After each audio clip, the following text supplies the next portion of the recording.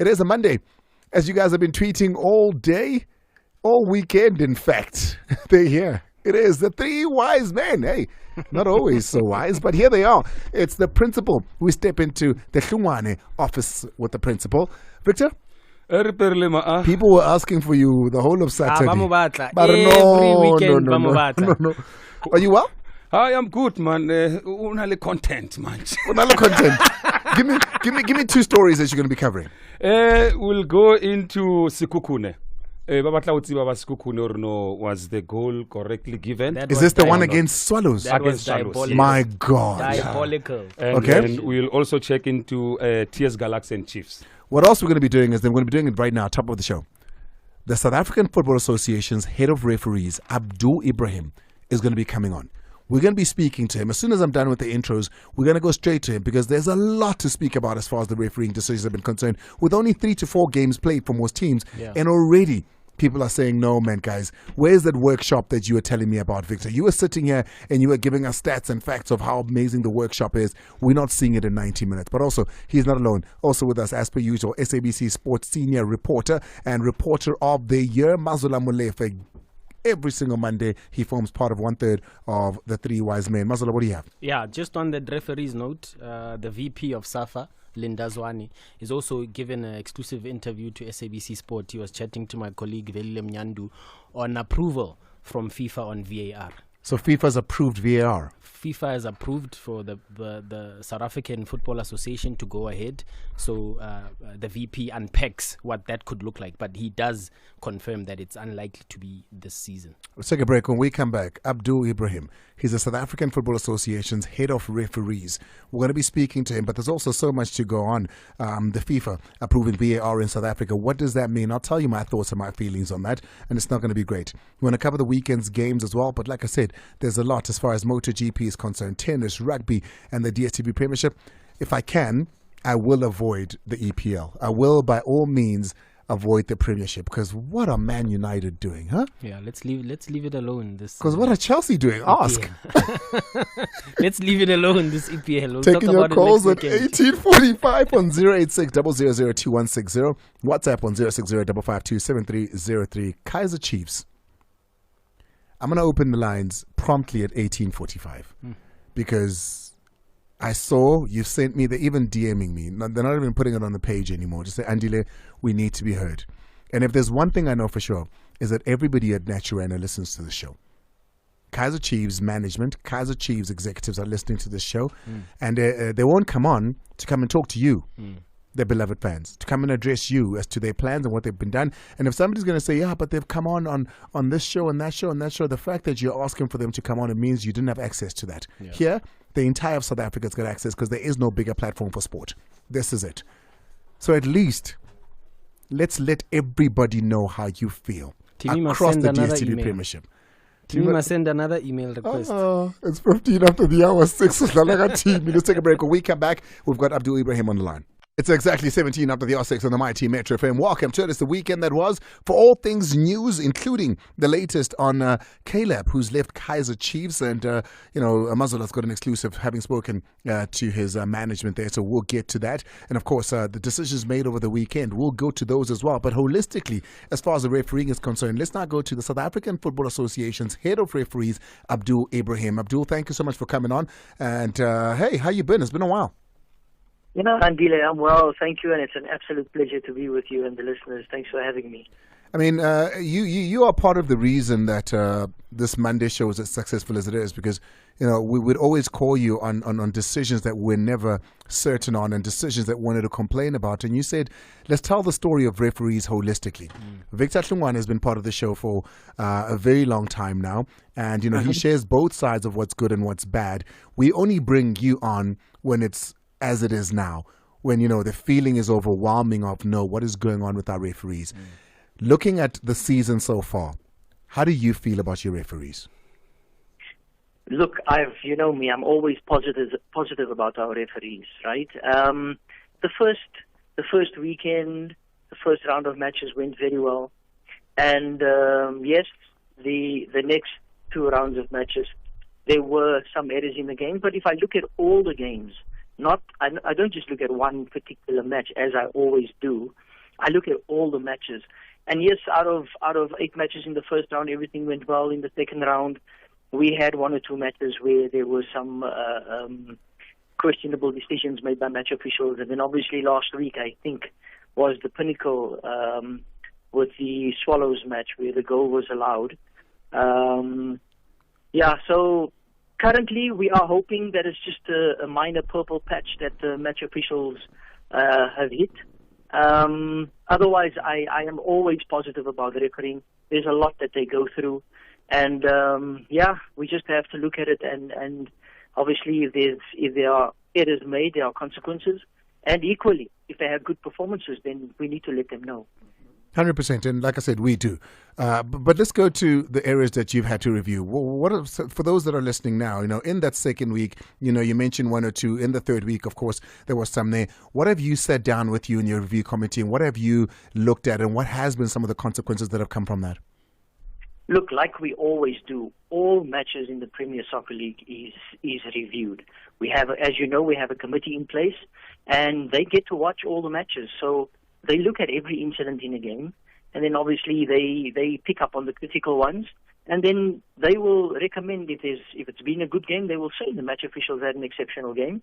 And when they do pick up errors, then obviously they bring it to the attention of the committee, and they make certain recommendations, obviously. And I'll talk in particular about the incident that happened in the Swallows game. This is the Sekhukhune United versus Swallows match, the goal that was given, okay? Yeah, and, like I said, every decision is reviewed. And when they pick up something like that where there was an error of law, then obviously they make certain recommendations with regards to that.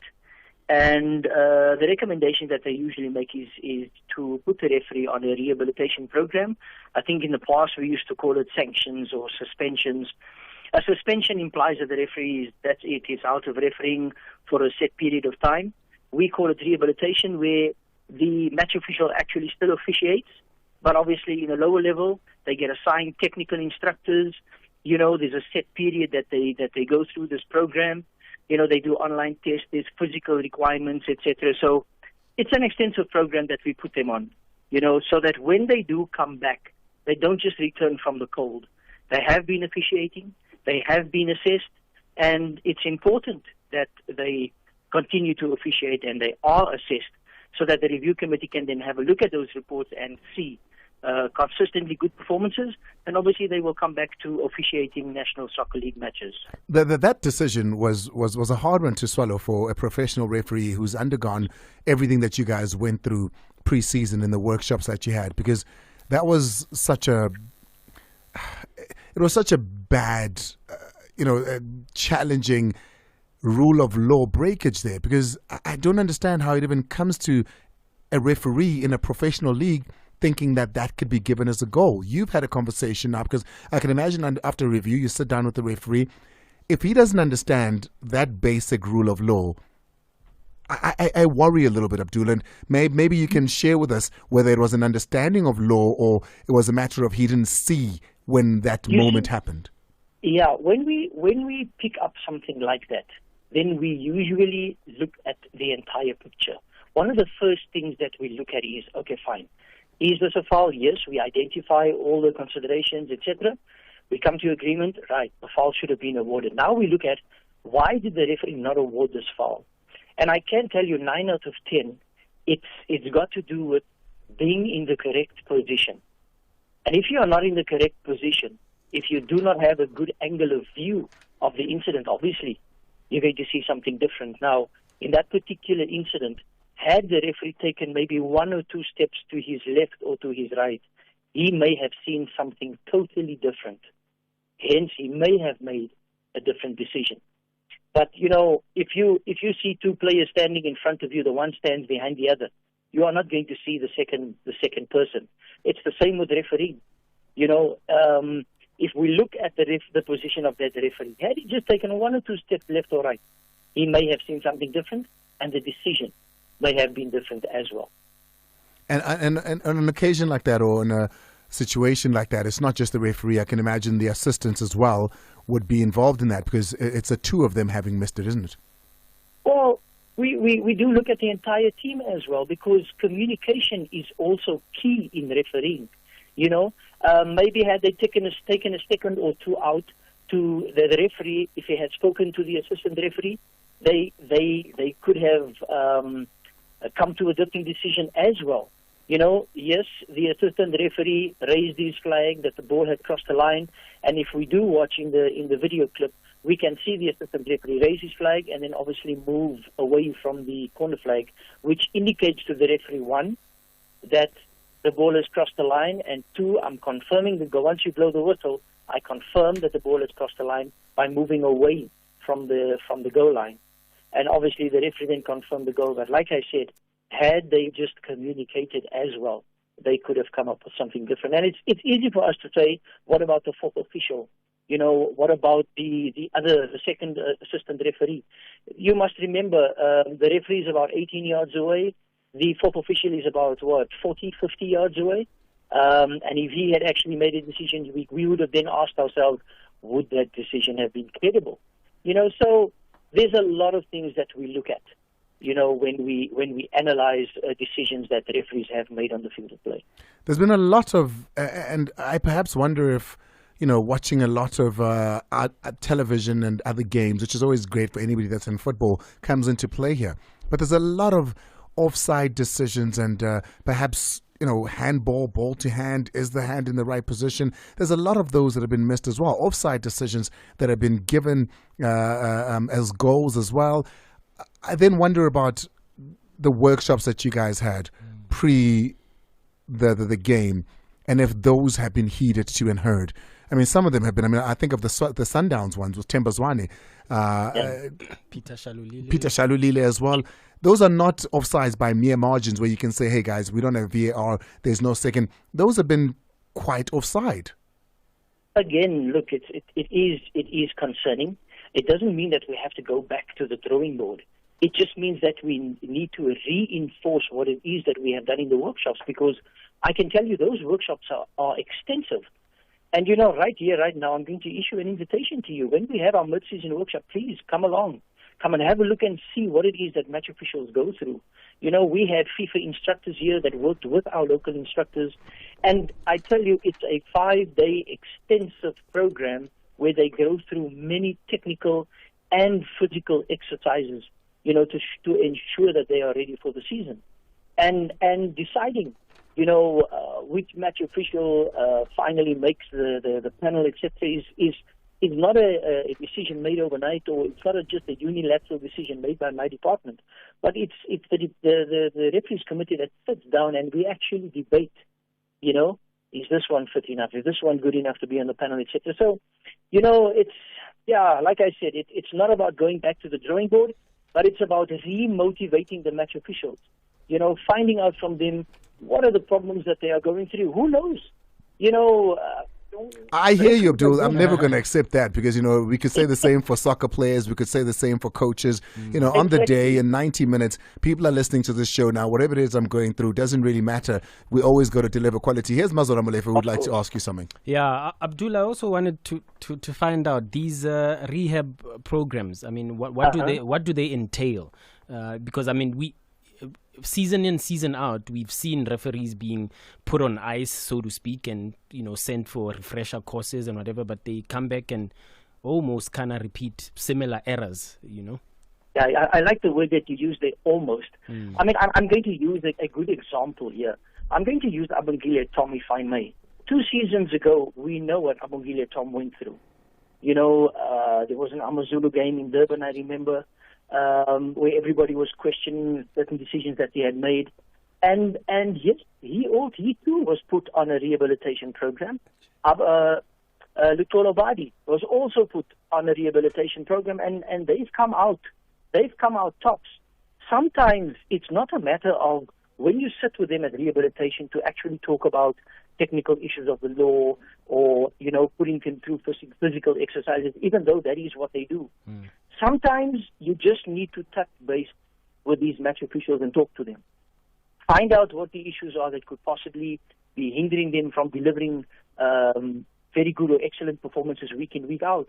But, you know, to answer your question, with the rehabilitation program, it's usually for a set period. Anything from between 2 to 4 or 4 to 8 weeks, depending on obviously the severity of the incident. And they get assigned by the technical committee a technical instructor to work with them. They have to do online tests. We have the FIFA Referees and Education and Development platform that they do online tests from. There's physical requirements that they need to meet. And obviously, like I said earlier, they do matches in the lower divisions to keep them match fit, so that when they come back, it's not a matter of coming in from the cold. They have been doing extensive theoretical and physical training, as well as doing matches that are being assessed, so that we know that they are ready to come back. Abdul, before we let you go, how much do you know about what is happening currently and where we're situated with VAR? Firstly, let me say yes, the referees department, the refereeing fraternity are very eager to have VAR in South Africa because it's an enhancement tool and it is now a part of the laws of the game. We have, SAFA have sent a letter of intent to FIFA that we are wanting to implement VAR. FIFA have confirmed receipt of the letter, and they are now waiting on SAFA to appoint a project manager with what they call a project lead, so that the process can obviously begin. There was always challenges with South Africa to say there are stadiums that wouldn't be able to be suitable for VAR. Have we overcome all of those challenges? There was also, if you and you can correct me here, the big question on who will be paying for the VAR. Is it going to be SAFA? Is it going to be on PSL's door? How much do you know about that? Well, unfortunately, that's a question I cannot answer because the management now that is a discussion for a level higher than mine, or maybe 2-3 levels higher than mine. It's above you. It's above you and I's pay grade. I get it. But I do sincerely hope that they do sit down and we can reach agreement as to who does what funding. We have locally trained FIFA VAR instructors, so the training is something that can begin almost immediately. But it's about the equipment and obviously setting everything in motion. And as well, FIFA don't let us walk the journey alone. They will send personnel to assist us so that they can ensure that we are on the right path. This is, I'm supposed to say goodbye now, but it's just always been a thing that I've always wondered and wanted to know. Why can't we? There's cameras everywhere. There's screens all around the stadium. Why can't they pause and go? Yeah, why can't? We've seen it before. We've seen it before. Why can't we look at a screen that's on the side that shows whether it was onside or offside? Be it, an SABC production that's there. We've got screens. Mazol and I sit there and look at the screen and we can tell. Yeah. Why is that such a challenge? Look, I'm going to give you my opinion firstly. I do believe that with the infrastructure that we have, we have world-class stadia. Cape Town, Nelspruit, FNB, all over South Africa, we have world-class stadia. And I believe we have 70% of the infrastructure in place. We have SuperSport, who have all the cameras. If you look at a major game, let's say Mamelodi Sundowns versus your Orlando Pirates, your camera angles SuperSport. There, yeah. Those are big games, and we usually have between 14 and, say, 20 cameras. Mm-hmm. And if you watch the match on TV, within 20 or 30 seconds, they show you a replay, So, yes, we do have the infrastructure in place, but I do believe that, and being a referee and, my work governed by the laws of the game, the protocol is written in the laws of the game, and that is what we need to abide by for now. So nothing wrong with it. It could work, but the law is against it, so therefore it can't be done. Unfortunately, no. We need to go via FIFA and the FA. Abdul, I'm really hoping this is, not a regular occurrence, that I don't need to give you a shout, but all the best with the season that's ahead. And, as these things keep happening, good and bad, Victor's here, of course, to cover it for us. But thank you so much for coming on. Only a pleasure, sir. And the work, as I always say, the work always continues. Thank you very much for having me. South African Football Association head of referees. Let's take a break. When we come back, we're going to have to cut our news because now 45 guys, they want to come on. They want to talk about, whatever it is from the weekend. So let's take a very quick break, Malcolm. When we come back, we perhaps start with Bimenyimana. Or decisions made over the weekend. Victor Hlungwane is our principal. You can catch him a little bit later on for the visual part of this on Soccer Zone as well, where he'll be going more in depth with a little bit more than what he gives here. So you have to make sure you catch him on Soccer Zone. Talk to me. Once more. We'll go into Sundowns and Arrows.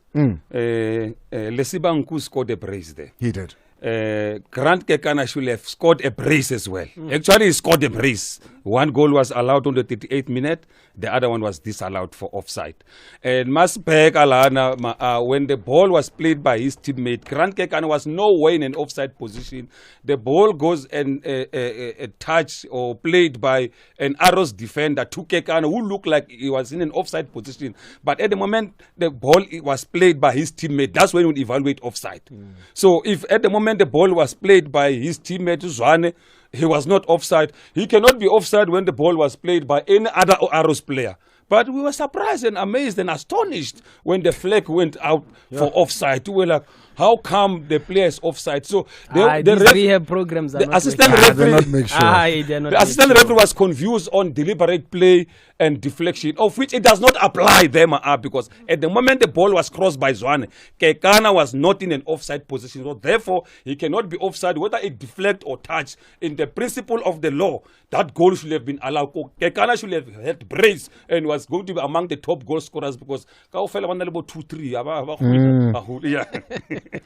I mean, I guess we can forgive Sundowns for the one offside goal then, because they've been given two. But the referee didn't see squinch. Yeah, squinch. Okay, what else here? The next one, we go to Sikukune. Was that goal correctly awarded? What happened there, Vic? The law is clear. Even Mazola, if I can give Mazola a whistle, he will say protect the keeper. But that one I knew from the onset. Exactly. That is not a goal. I don't know why you needed Victor for this one. You see, even what Bethlehem, they know. When the keeper has the ball, he cannot be challenged. We must protect him. So the law says when the keeper has the ball, he cannot be challenged. Whether he holds it in an open arm, Andile, in an open arm, or he bounces it, he tosses it up in the air, he cannot be challenged. So Sangara had the ball. Umzanga, I call him Zanga because in Malawi, when you say my friend, say Mzanga. Zanga took a chance and he bumped into a big Sangara. Sangara moved over the goal line. We were amazed when.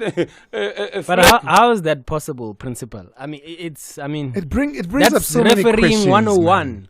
When the goalkeeper is in control of the ball, he cannot be challenged. Exactly. It's basic. It's basic. Now that's why Abdul and the review committee was very angry. That's why they meant that a high sentence, because it's unacceptable. Because they teach us to say penalty area is high priority. No, when the ball gets into the penalty area, we expect the referee to open his big eyes, not small, big eyes to see everything. It must come out there in the penalty area to see everything. So that you can overrule the assistant referee. So it was amazing for assistant referees to give that goal a referee, not overrule. Because I overruled 2 decisions in the PSL. Sundowns cheaper, goal was scored. They celebrated. It was scored by Libusa. I then went to the assistant. We engaged. We communicated. And I told him, I'm not happy with that goal because Mutupa touched the ball before. And then he agreed. Said, I thought it was cheaper player. It's Mutupa. Said, yes, Mutupa. We disallowed the goal. I had a game against Stellenbosch and Royal AM where a defender of Royal AM kicked the ball. It screwed back to Mpotsane. Who scored? It did what? It screwed back. It screwed to, I don't know what that is. Yeah, to Potsane. And Potsane scored. I didn't blow the whistle. Flag went up. I didn't blow the whistle. I allowed play to continue. He scored. I went to Mhlegas. So he played the ball. Mhlegas said, it's deflection. It's deliberate play. We agreed. We gave a goal. And when they look at slow motion, they agreed with us. And you also analyze that ball on your show because I was still a referee by then. That was good to see. But now we don't have such referees who will engage, who will communicate. Last one. The last one we go to handball.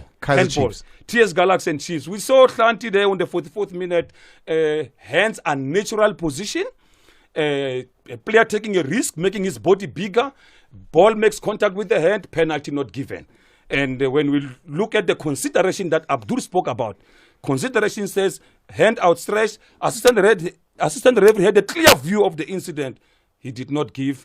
Referee did not give. We ask ourselves, where are we going? What medication do we want? Maybe we can call some pastors when we go to pre-season workshop. So you've been giving them 7s and 8s. Yo. What do referees get this week 0 out of 10 in the principal's office? 0. You know, when you get a 7, it's unsatisfactory performance. No, not a 7. A 7 out of 10. It's 70%. unsatisfactory. Yeah, I didn't even get 7 at school, me. We are not happy. It's the No, performance not is- 7. What are you giving them? we will go down to 6.9. No. Aye. But Aye, we are not happy. No, We are not 0. Then you must show that you're not happy. Condemn it and tell them it's 3. 3 is 0. Castle League or Super League. No, exactly. The decision taken by the 2 officials in that Swallows Kukune game is that one is it's like they are amateur referees. that one qualify for 3. That 0. one. But It's when you go 18-40.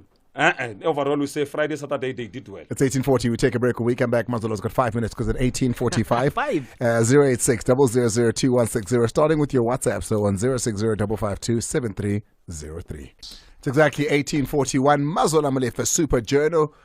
We must find a Fabrizio-ish name, man. I'll think of it. Yeah. You know, we'll think of one. What do you have? Okay, let's go. Let me see what I can get done in 5 minutes because now it's 2.5 wise men because you are cutting my shift here on this show. Man. I'm not content.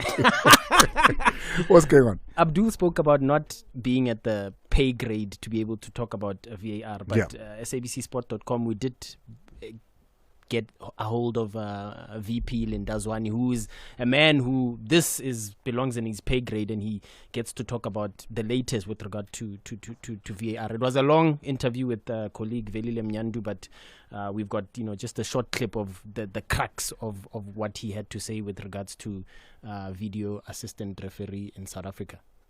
One thing that it's very clear, we will not defend any wrongdoing by our match officials, and I think there are structures and systems that are put in place. And I know the most recent issue was the Sekhukhune and Moroka Swallows issue, but beyond that, there are others that happened in the past weeks. Yeah, well, I mean, he does go on to say, look, FIFA have said it's up to us now. Let's draft a plan, and then between the league and the mother body, there will be a decision with regards to a way forward. But Lindazwani does go on to confirm that it is unlikely to be this season. Yeah. So basically, SAFA are announcing that they are ready. That makes no sense to me. What is that? Like, we're ready for VAR. We've been ready for VAR. Yeah. Can we give clarity? Please give clarity, because it makes no sense to me to say, we're ready now. We've been ready for VAR. We know VAR works in this country. Yeah. VAR has been used in this country many a times. At some point, it was in the principal's office physically. I mean, that in the most, what is the statement? The latest VAR batla chelet. Yeah. So it's a money the issue. latest is they are looking for money somewhere in order to fund the equipments, because we have to own those equipments. So then why don't say so? No, they are busy looking for money. As soon as money is available now. Who's looking for money? SAFA. SAFA, yes. So the South African Football Association are looking for money in order to implement VAR. Yes. Okay, we have another clip of Lindazwani explaining a little bit further on the VAR situation. Should we have VAR in those games? Those referees were going to be assisted. So the digital era dictates that we have to move with speed around the issue of VAR, which I know that we are at an advanced stage. We have submitted our things at FIFA, and FIFA gave a green light. Now, what is left is for us to do the budgeting and other necessary administrative issues and send it to FIFA. In short, we need the money to be able to pull it off. I think. And that's of course, what the this VP is rests saying here. not in the PSL's office, but in SAFA's office, because this is part of the refereeing tools. Yeah, or I is think it also a combination of both? Both. But to be fair, I think the league is probably the ones with the money. I mean, we all know the SAFA financial issues. Financial issues with the mother body, and believe that from the 600 million a season that the league gets from the rights holders, there should be a budget there, given the number of competitions involved as well. So if they are able to find each other, we probably would be able to have VAR as soon as possible. Caleb. Caleb, we did, as our kickoff, we did play a clip from his agent talking about the state of mind in which the player is in. You've alluded to it last week with regards to the player not having accepted that after finishing top goal scorer for the club, he was now discarded. And the situation as it stands, they need a striker. We've seen with the results at the moment. So maybe we can play it again as to what Rui Foyce had to say. Good afternoon, Mazola, Super Journal, and the listeners. Thank you for having me on your show. We all consciously aware that Bonfield Caleb is a brilliant footballer, a traditional number 9. It is unfortunate that things did not go according to plan at Kaizer Chiefs, but what is important is that we all focus on the future of the player. At the moment, we are at an advanced stage, negotiating with several clubs on the African continent and some in Europe. We cannot jeopardize this transaction by entertaining and interacting on any other platform that promotes negative publicity and negative connotations around the image of the footballer. We are grateful for the opportunity that he was given to by the chairman of the club, Mr. Kaizer Mtaung, and the rest of the lads in the camp. We wish the club all of the best in their future endeavors.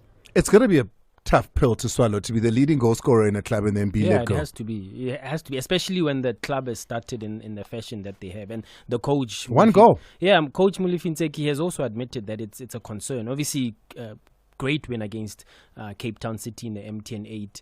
But obviously, the shortage in terms of options up front reared its ugly head again in Mbombela yesterday when they failed to beat TX Galaxy. Komotso Moema wants to know, any news on Matoho? Matoho, no news as yet. Matoho has moved around a little bit. He was offered to Golden Arrows. He trained with SuperSport United, hoping he could impress Kevin Hunt. But as it stands, he remains a free agent. I've not heard of a done deal anywhere else. But I suspect, he's not affected by the window as such. But because he's a free agent. Because he's a free agent. But in the next couple of weeks, after teams have played 5-6 games, they'll be looking at those free agents to see who can plug the gap. All right, let's take your calls now. Starting with your voice notes, let's go straight to them and then go straight to the calls thereafter. The calls are 086 0002160. Your WhatsApps have already come in. 060 552 7303. Cincinnati Open, if you want to talk about that, you can more than welcome. The MotoGP, we can go into that as well. The World Champs and track, we can go there. Or, of course, it's the weekend that was, so we can speak about all the football that happened from La Liga with Barcelona. 16-year-olds making magic there. We can go to the Premier League. We can come back home. Kaizer Chiefs fans aren't happy. Is there enough accountability? Are you hearing enough? Is there somebody talking to you and telling you what is happening right now at Kaizer Chiefs? Are you satisfied with the communication? Let's go to your voice notes. We gon' get connected. WhatsApp the Metro FM studio. 060-552-7303. Evening Andile, evening Metro FM. I think it's a very great news to hear that finally the VAR is coming to our PSL, our beloved PSL. We've been having some very, very poor refereeing for the past few seasons, complaining. Some teams were benefiting, all those things. I think now having VAR is just going to take our league to another level. We've seen even the first few matches of the PSL, there were a lot of mistakes from the referees. So I think having VAR, it will be very, very nice and it will improve our look. It's an interesting back. Thank you, Ma'a. Good evening, Ma'a and Melena's friends at the studio, the two other wise men. A child is always doing something wrong, and you still come back and say, protect the child. That's what Mr. Tlongwane is doing. Our referees deserve 1.5. Most of them 1.5, not 6.5 or 7. 100%. How about? Let's not promote a poor performance. Below mediocrity. Live and direct. Andile. Etawol.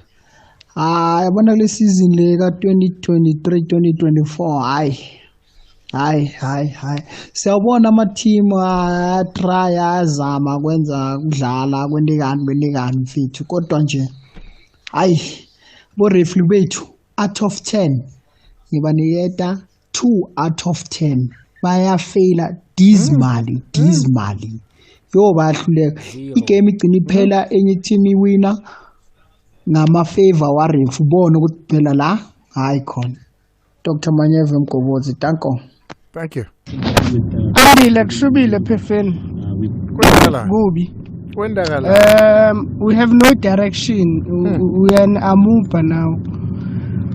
We have no sense of agency. We have no attacking force. As nix. Sifile. We are back to that tum football. Ga Est Middendorp, Stuart Baxter. In that direction. At least kumangete, we could see what the team is playing. But this time I will be Shubil. What is an amoeba? Evening Andile. A shapeless animal. Isn't an amoeba like a cell, like a cell in the body, like a protozoan cell? No, but I want a shape. Oh, okay. That's what they're saying. Yeah. Okay. We live in Andile, this is Matebola. Andile, I sometimes ask myself, which team can be beaten by Kaizer Chiefs? Because it seems like even those we say this is not a big game, but Kaizer Chiefs doesn't win.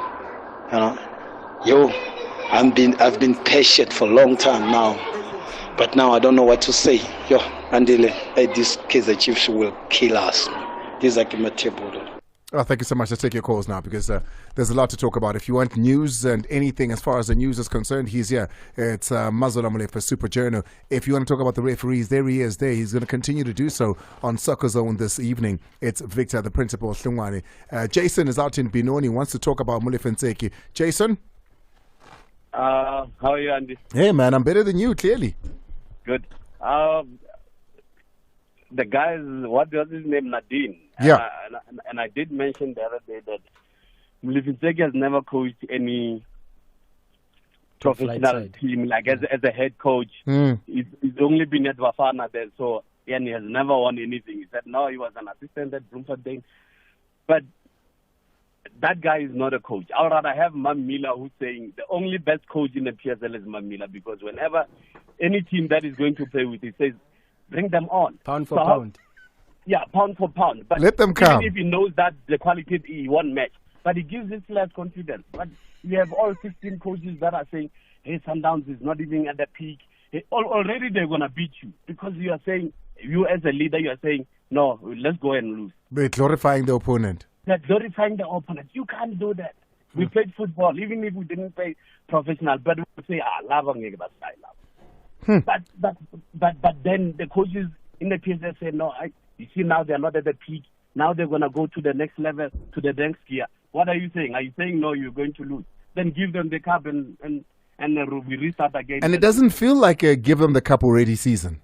It feels like Sundowns can be played with. It feels like somebody can take them on. But you're spot on as far as that is concerned. Jason out in Benoni, thank you so much. Really appreciate it.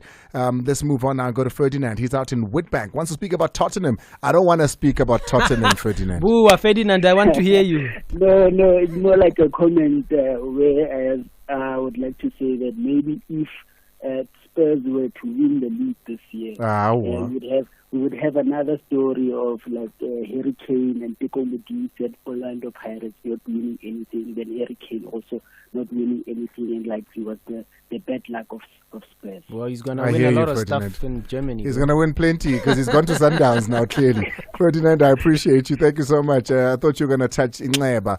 Who's up next? Who do we have there, Timmy? I see Jimmy. Jimmy.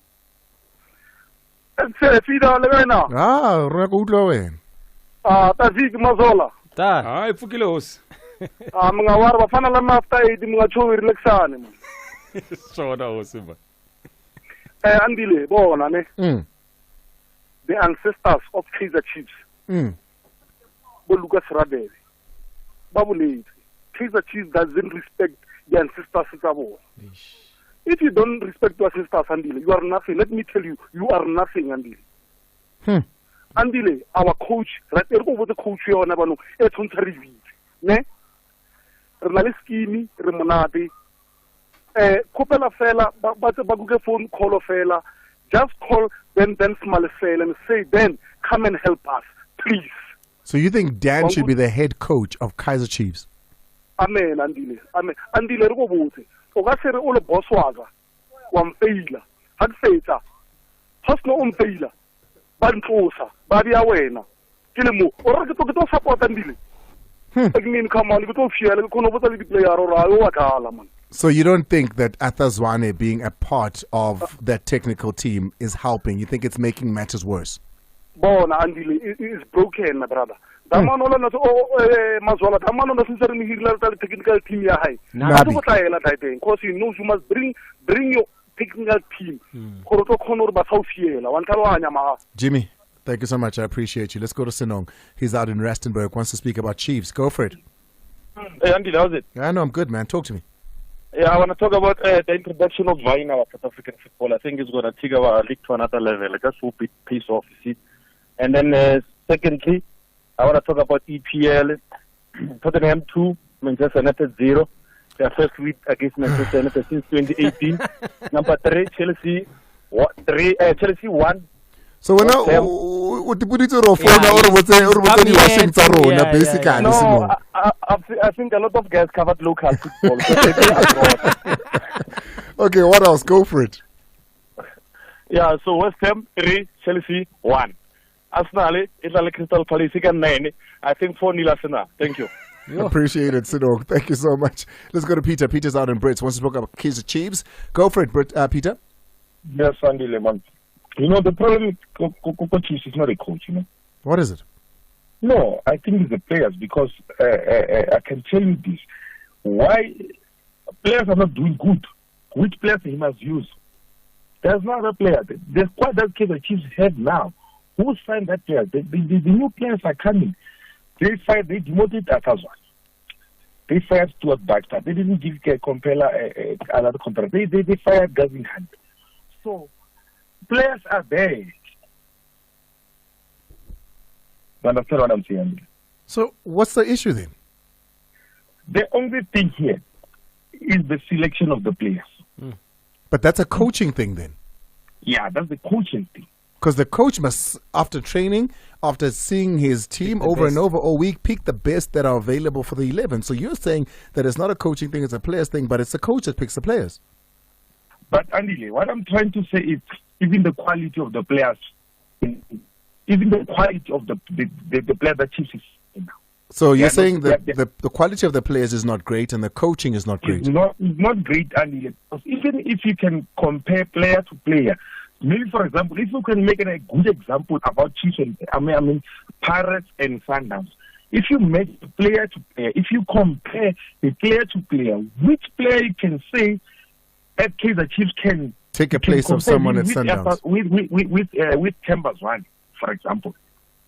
Yeah, but I mean that's a tough one. Who can compare with Tembazwane anywhere but also, in the league? Yeah, I don't know. You know what I mean? That's. But I hear you. I hear what you're trying to say. Very quickly, Klaus, he's out in Pretoria. Faith is in the building, and she wants to begin, of course, top of the hour, 7 o'clock. What do you have to say about Chiefs? Hey, Andile. Yes. Your show is very difficult to get in, but both Jimmy Macau, they are always coming in. We must ask Jimmy. We must ask Jimmy. Why Jimmy again? Jimmy, why again every day? I'll tell you what. Top of the show, guys. I'm gonna have Timmy on. Yeah, I would like to comment on the Sundowns. We are happy, we are consistent, we are winning every time, and which is good. And other thing, I just listened to this previous caller. He say Chiefs is not buying quality. Let me tell you something. Chiefs is buying quality. Any player goes to Chiefs, it become a cow. They become useless. You can count. You can check billiards. You can check whoever. When they play for Chiefs, it becomes a problem. And other thing, Chiefs is like ANC. They're saying they're useless. They got a lot of supporters, but they're not doing anything. But thank you very much for the opportunity. I don't know about useless. I think, Klaus, I appreciate you, and I hope it's not the last time. But useless, that's harsh. That's harsh. Because I was gonna say the argument about quality. Lisibangu, for instance, I mean, nobody thought he was Sundowns material, but look what he's doing now. So the question of quality, it's debatable, really. After the hour 7, first thing tomorrow, we asked Timmy how other people explain always get in and others don't. again. So we're going to do that. Top of the show. I'm giving him time to come up with a story. He must tell us. Soccer Zone this evening, the principal's office. All the things that you want to know about offsides, handballs, red cards, yellow cards from this weekend, he'll give it to us there. He's on the bench this evening as Mazola, so you can catch him there next week. Again, we have Chad, who's part of the show. 3 after the hour 7. Timmy. Pela. Sherile.